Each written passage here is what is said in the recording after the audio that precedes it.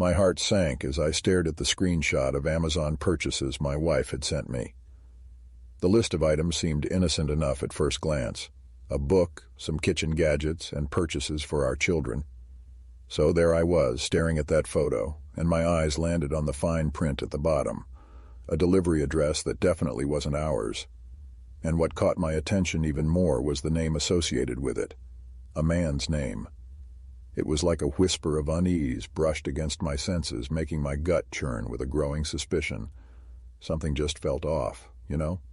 Feeling that nudge of curiosity mixed with concern, I hopped onto Google for some answers. A quick search later, and there it was. The mystery behind that unfamiliar name unraveled right before me. Turns out it was my wife's boss. The puzzle pieces seemed to snap together, and it hit me like a ton of bricks. What really gave me pause was how much my wife had been bringing up her boss in our recent chats. He'd become a recurring character in her stories, almost like he was taking up more space in her thoughts. Innocent as those mentions may have seemed before, suddenly they carried a weight I couldn't ignore. As the pieces fell into place, I couldn't help but question what kind of relationship they had. Was it strictly business, or had it crossed into something more personal? The initial unease was now morphing into a suspicion that their connection might be deeper than it appeared. In the midst of all these thoughts and emotions, I found myself grappling with a mix of doubt, hurt, and a raw vulnerability. It was like the very ground of trust we'd built together was shifting beneath me. The photo had gone from being a simple snapshot to a doorway to a much larger truth. A truth that I couldn't turn away from, even if it meant facing the hard reality of betrayal and the unraveling of what I thought was solid. So, with a heavy heart, I took a deep breath and delved into her search history and email. My fingers trembled as they danced across the keyboard, uncovering a truth I had been dreading. And there it was, stark and undeniable. The very truth that had been gnawing at me. Her November trip, the one she had brushed off as a work obligation, a mere conference, it was nothing of the sort. Instead, it was a romantic escapade with her boss. It was a struggle to contain the storm of emotions brewing within me. How could she throw away the love we had built, the promises we had exchanged? The evidence stared back at me from the screen, an unwavering reminder of a reality I couldn't escape. As if to twist the knife even deeper, I learned of her current work trip. A trip that was worlds apart from the last one. This time, it was a lavish affair. A stay at a spa resort complete with couples massages, cooking classes tailor-made for pairs, and even monogrammed bathrobes. The juxtaposition between her extravagant surroundings and the intimacy she shared with her boss was a bitter pill to swallow. The irony didn't stop there. Her boss had showered her with gifts, each one a testament to their undeniable connection. A Christmas present box brimming with items that whispered of their closeness, sultry lingerie that left no doubt about their intimacy. And then there was the plan for a January escapade to Las Vegas. A journey promising excitement and adventure, a future that excluded me entirely. A surge of fury coursed through my veins, an inferno of anger threatening to engulf me.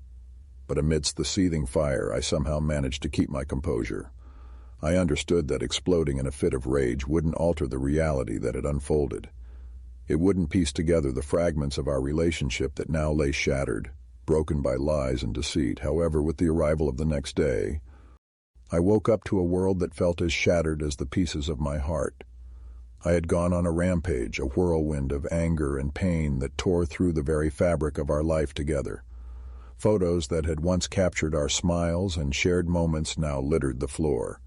Discarded remnants of a love that had turned sour. Each ripped picture felt like a stab to my chest, a vivid representation of the irreparable damage that had been done.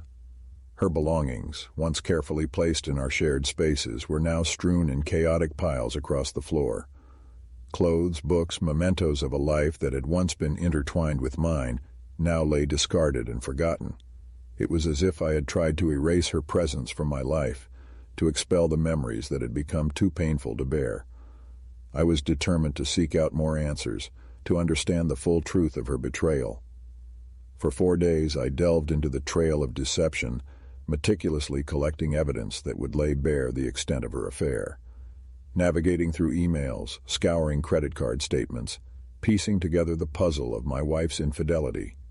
Reservations and confirmations told stories of intimate getaways, romantic dinners, stolen moments that were meant for us but had been shared with another. The digital footprints left behind were haunting echoes of her hidden rendezvous, a trail of breadcrumbs leading me deeper into a labyrinth of lies. As I unraveled the threads of this painful tapestry, I couldn't help but wonder about the person who had become a central figure in this betrayal, her boss. As I unraveled the threads of his existence, I found myself consumed by questions of motivation and intention.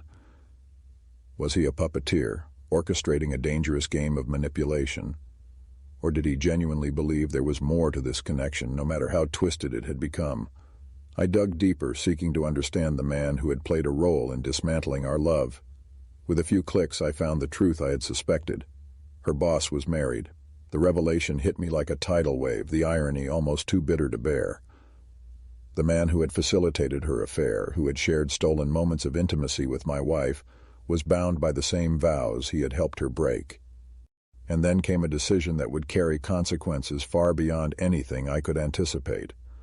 A surge of empathy, a connection to the woman who had unknowingly been drawn into this web of deceit, compelled me to act. I reached out to Laura, the wife of the man who had become the accomplice to my wife's affair. In a few carefully chosen words, I shattered the facade that had shielded her from the truth. The aftermath was a whirlwind, a cascade of events that unfolded with a momentum I couldn't control. She confronted him, armed with the evidence I had provided. The truth could no longer be denied, and the foundation of their marriage crumbled under its weight. Divorce ensued, a bitter battle that left him stripped of his illusions and his assets. In the midst of my own pain, there was a twisted satisfaction in the knowledge that justice had been served, that the deception had been exposed. The woman who had been betrayed as much as I had found her strength and resilience, refusing to be a victim any longer. She took him for pretty much everything, a fitting retribution for the pain he had caused. And so, in the midst of the chaos, a bittersweet resolution emerged. The evidence I had painstakingly collected had not only exposed the truth, but had also set in motion a chain of events that held him accountable for his actions. It was a small triumph amidst the wreckage of my shattered heart, a reminder that even in the face of betrayal, there could be a glimmer of retribution, a flicker of justice. Amidst the wreckage of our shattered marriages, an unusual bond formed between Laura and me. Our mutual pain and resentment over our ex-partner's betrayal brought us together in a strange and unexpected way.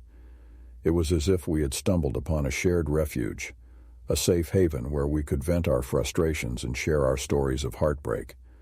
Fueled by our mutual disdain for our exes, we concocted a mischievous plan. The idea was tantalizingly wicked. What if we turned the tables on them?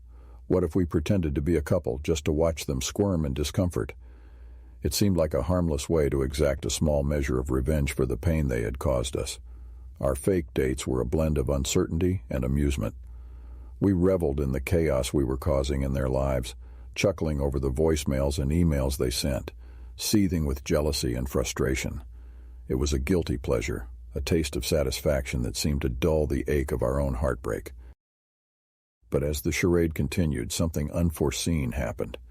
Beyond the laughter and the acts of revenge, a genuine connection began to take shape. Our shared experiences had created a foundation that we couldn't have anticipated. The more time we spent together, the more we realized that our compatibility ran deeper than our initial intentions. The laughter that had once been tinged with malice now resonated with authenticity. Our conversations shifted from discussions about our exes to discussions about ourselves, our dreams, and our lives. The chemistry that we had initially fabricated for the sake of revenge began to morph into something real, something we couldn't ignore. As the lines between pretense and reality blurred, we had to confront a surprising truth. We were actually enjoying each other's company. Beneath the layers of our shared resentment, we found a connection that was built on genuine compatibility, shared values, and mutual understanding. What had begun as a twisted plot for revenge had evolved into an unforeseen journey of self-discovery and unexpected companionship. In the end, our ex-partners unwittingly played a role in our personal growth and transformation. The bond that had formed between us was an unintended consequence, a silver lining to the dark clouds of heartbreak. As we navigated the uncharted territory of this newfound connection, we couldn't help but marvel at the irony. The revenge we had sought had led us to a place of authenticity, understanding, and perhaps even the possibility of a new chapter in our lives. Fast forward a year and we moved in together. Laura is the stay-at-home stepmom mom to our kids. My ex has to pay child support to me, and her ex has to pay both alimony and child support. So we're never getting married, and a cohabitation agreement is more than sufficient. We're happy, the kids are happy, and it completely, utterly, absolutely infuriates our exes. After we moved in together, my ex-wife turned up her rage a notch and made the mistake of making a threat voicemail that we used to get a protective order that put her job in jeopardy. Her boss's boss and HR had a talk with her. The best part? My ex-wife and her boss are no longer together. Can you say karma?